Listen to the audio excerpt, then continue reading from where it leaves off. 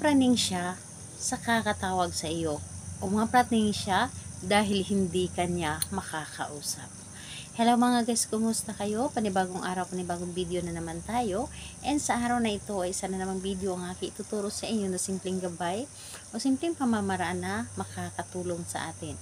At bago ang lahat, gusto ko lang mag-disclaimer sa mga taong hindi naniniwala at hindi gusto ang mga kagaya nitong video. Please skip this video and maghanap kayo ng videos na gustong-gusto nyo dahil ang video na ito ay para lamang ito sa mga taong naniniwala and gusto mag-try. Sa lahat po ng mga nagko-comment dito sa aking video dito sa loob ng aking channel, mag-iingat sa lahat ng mga nagre-reply sa inyo na dinadala kayo sa kailang WhatsApp and Imo app upang makaiwas po tayo sa scam. Ngayon po, ituturo ko sa inyo paano siya mapraning. Paano siya mapraning kung hindi kanya makakausap o hindi kanya matatawagan. Ito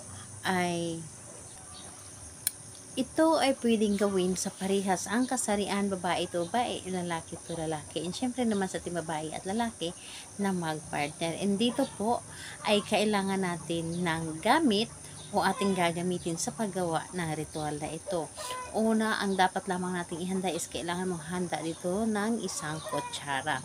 Yes po, isang kutsara. Kailangan din natin dito ng marker. And kailangan din natin dito ng kandila. And sa kandila naman pwedeng puti. And kung meron kayong pink or pula, mas maganda po. Pero kung wala, puti na lamang pwedeng gamit or pwedeng bago. So pasensya na kayo sa aking background ngayon. Ang daming manok doon sa labas sa aming kapitbahay. So pasensyahan nyo na. And ayun po, kapag handa na yung mga ating gagamitin na materials, kailangan mo lamang dito i-ready ang inyong sarili.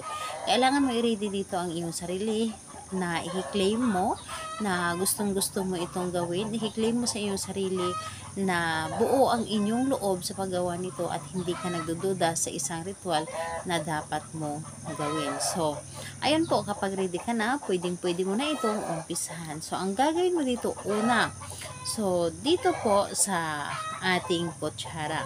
Sa ating kutsara po, gamit ang ating marker, isusulat nyo po dito sa kutsara ang kanyang buong pangalan. So, buo po, meaning ay pangalan niya at apelyido. Yes po, pangalan niya at apelyido magkasama. So, isulat nyo lamang dito sa kutsara na ito. And kapag may sulat nyo na dito sa kutsara, ang gagawin po ninyo, ang inyong kandila ay sindihan nyo lamang. Sindihan nyo lamang ang inyong kandila. At kapag nasindihan nyo na ang inyong kandila, painitan nyo lamang ang kutsara gamit ang kandila. So, mas maganda na ipakross po ninyo ang pag-init. Halimbawa na lamang, paulit-ulit po.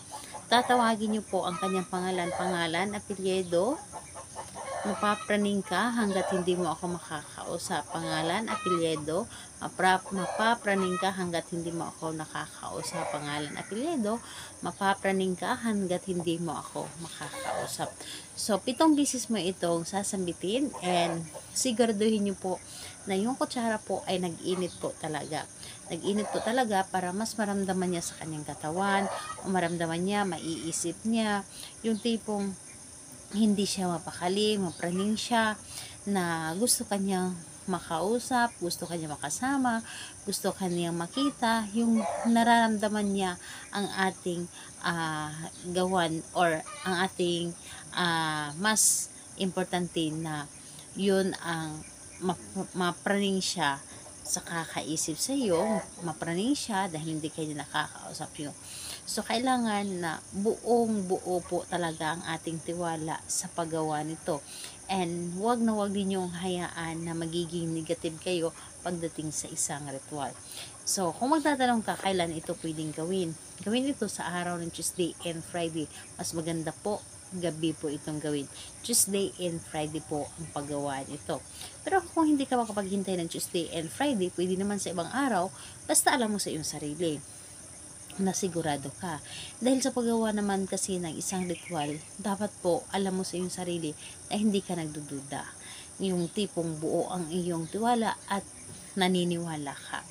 So, ayun po, yun po ang dahilan kung bakit gumagana ang ating mga ginagawang ritual, lalo na kapag ikaw ay naniniwala. So, ayun po, salamat po sa inyo. Bye bye everyone. God bless us all.